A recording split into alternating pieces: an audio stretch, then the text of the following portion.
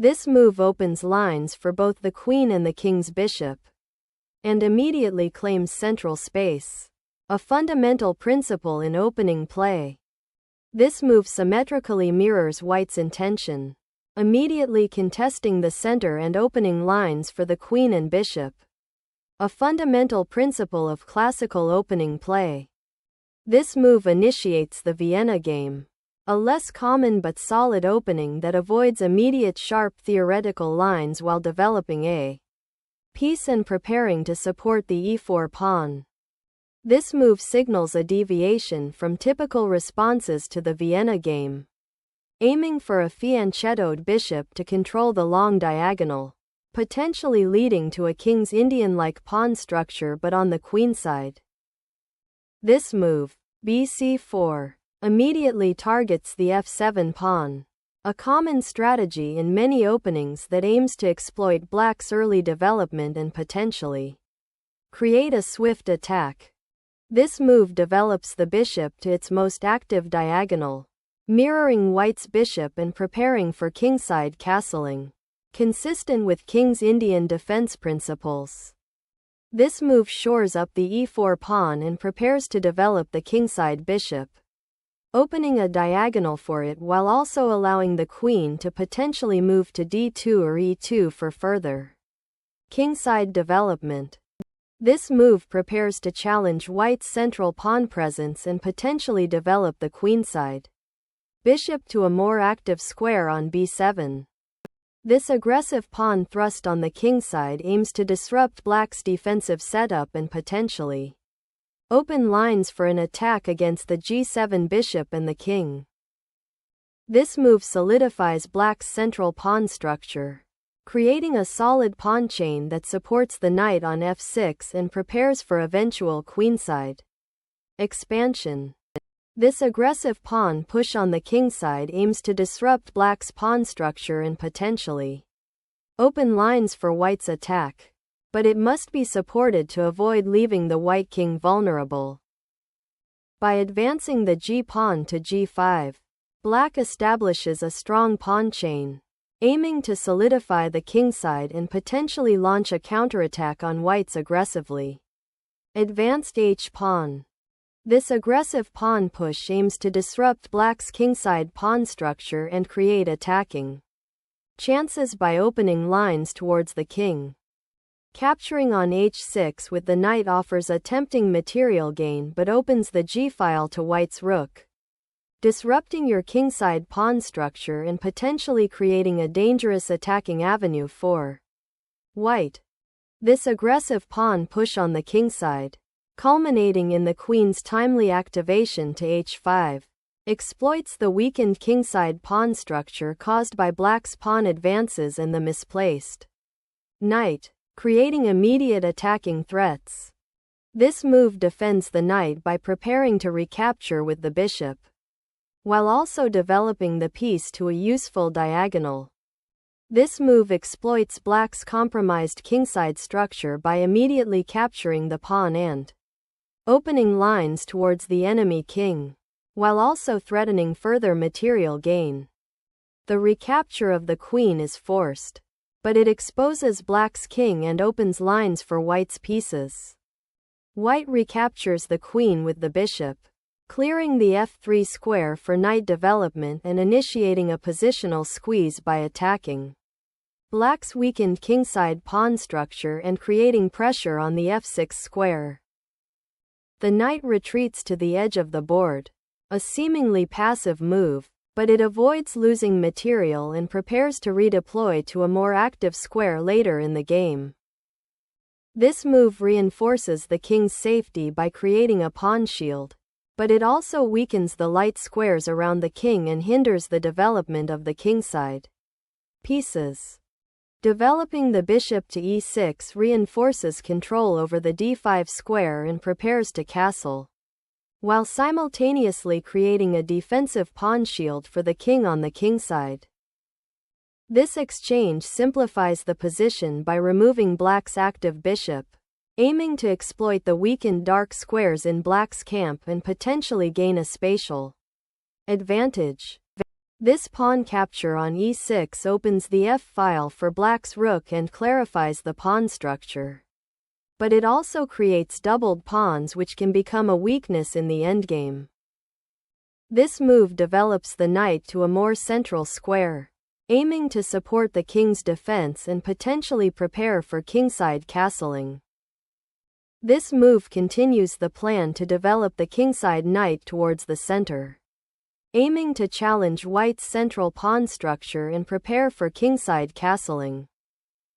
This move repositions the knight to a more central square, aiming to support the kingside pawn structure and potentially participate in future attacks or defensive maneuvers. This move aims to dislodge white's bishop and potentially create weaknesses in white's kingside pawn structure by forcing a capture. The knight's advance to h5 aims to control key squares and potentially attack the weak f6 pawn or the kingside. This move aims to reposition the bishop to a more active diagonal, potentially supporting a kingside expansion or preparing to contest the h-file. This move aims to develop the bishop to a more active diagonal and prepare for kingside castling.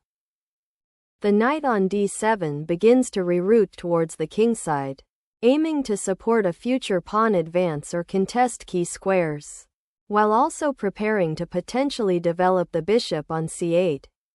This move activates the king, preparing to connect the rooks and potentially participate in the middle game action, a crucial step in consolidating your position after the early pawn advances. This pawn push aims to open lines for black's pieces and challenge white's central control, potentially leading to a more dynamic middle game. This move repositions the bishop to a more active diagonal, supporting the knight and preparing to contest the d5 pawn. This pawn push boldly challenges white's central control and aims to create a blockade, potentially restricting white's pieces while opening lines for black's own activity on the queenside. This knight maneuver aims to reposition the knight to a more central square on f2 or e3, supporting the pawn push on g4 and preparing for a potential kingside attack. This move activates the rook to a potentially more active square, preparing to contest the open g-file and support potential pawn advances while also connecting the rooks. The rook moves to the second rank to defend the advanced h-pawn and prepare for potential pawn breaks on the kingside or queenside, while also supporting the knight's repositioning. This move prepares to defend the kingside by reinforcing the g6 pawn and potentially challenging white's knight on g3. This knight maneuver aims to reposition to a more central square, likely to d3 or e4, to support the pawn push in the center or attack the opponent's kingside. The move kf7 initiates a long-term strategic plan to centralize the king and support the d4 pawns advance, aiming to activate the king for the middle game struggle. This move activates the knight, aiming to reposition it to a more central square like f4 or e5 to control key squares and potentially support pawn advances. This move aims to reinforce the g-file and prepare for a potential kingside advance by white's pieces. This move doubles the rooks on the h-file, exerting maximum pressure on black's king position and preparing for a potential kingside attack. This move develops the rook to a more active file, aiming to control it and potentially prepare for pawn breaks or piece activity in the center and queenside. This move repositions the knight to a more active square, aiming to support the pawn push on f4 and potentially control key central squares as black's pieces become more congested. This knight sacrifice forces a difficult decision for white, aiming to disrupt white's pawn structure and open lines for black's pieces. This move is a necessary retreat to safeguard the king from the immediate threat of checkmate and to prepare for potential kingside defense, acknowledging the compromised pawn structure. The move ***25 kilogram 6 ** redirects the black king to a more active square, aiming to support the d4 pawn and potentially connect the rooks, while also preparing for future kingside pawn advances. This move, nxe5+, offers a tactical opportunity to disrupt black's pawn structure and potentially gain material after the forced kx5, opening the king and creating weaknesses. This move is a tactical necessity to resolve the immediate threat of the knight fork and avoid losing more material after the white knight has penetrated the black position. This move initiates a queen trade to simplify the position, aiming to exploit white's slightly better pawn structure and the open files that will emerge.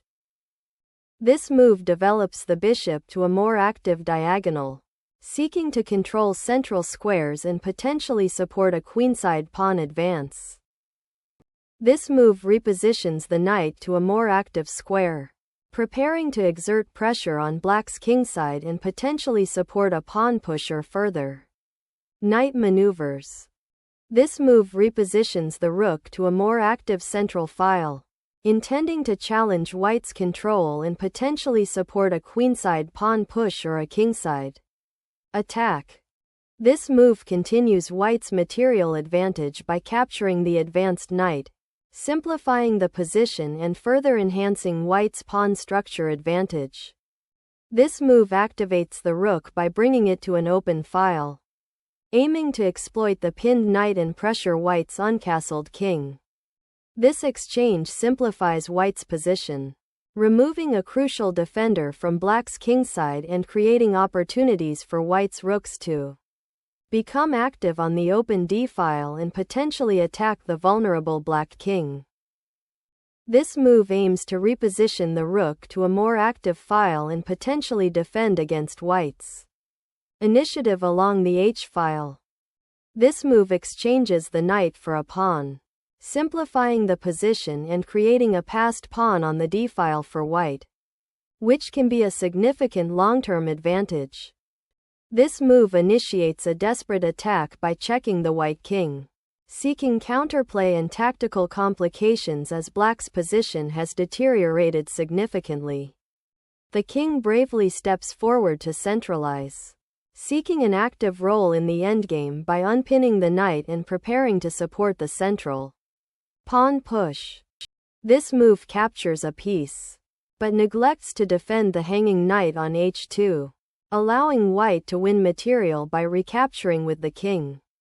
This rook move unpins the knight and prepares to contest the open h-file, a crucial positional goal after the pawn storm's conclusion. This move aims to centralize the rook and prepare for potential activity on the e-file, aiming to contest black's newly active rook.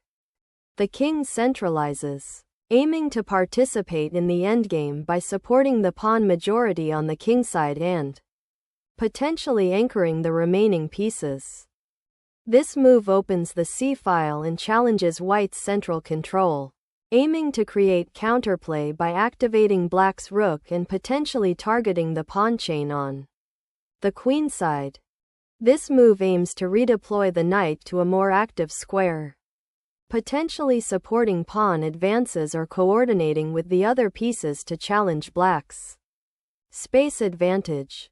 This move opens up the queenside for black, aiming to create counterplay with the pawn majority while white's king remains somewhat exposed.